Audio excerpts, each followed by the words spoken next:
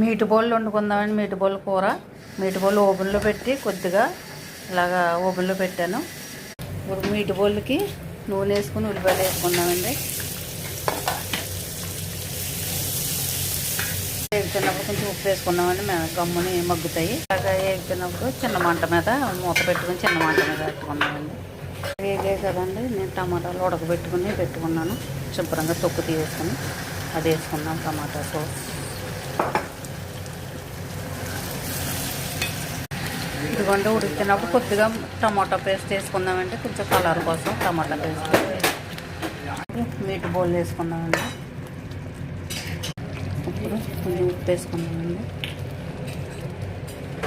Cinnamon powder,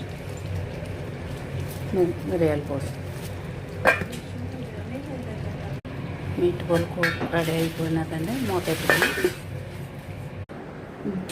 meet బౌల్స్లో కింద Egyptian rice అండి, సేమియాతో Egyptian rice. ఇదిగో చూడండి, ఈజిప్షియన్ రైస్ అనమాట. ఈ అన్నం వండుకుంటే చాలా బాగుంటుంది. సేమియా ఈజిప్షియన్ రైస్. సేమియా రైస్ వండుకుందామండి. సేమియా వేసుకున్నాను ముందు నేను. నూనె వేసుకుని ఫ్రై చేసుకుందాం.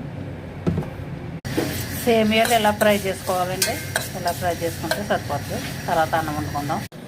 మీట్ బౌల్ కర్రీలోకి ఈజిప్షియన్ రైస్, సేమియా. మీట్ బౌల్ కర్రీ రెడీ అయిందండి. ఇది దిల్ అంటారు ఇంగ్లీష్లో, అరబీలో స్పంజ్ అంటారు. అది వేసుకుంటే చాలా టేస్టీగా ఉంటుంది. నేను రెడీ చేసుకుని డీప్ ఫ్రిడ్జ్లో పెట్టుకుంటాను. మీట్ బౌల్ కూర రెడీ అయిపోయిందండి. ఇది అరబీ కూర, అందుకని కారం వేయలేదు.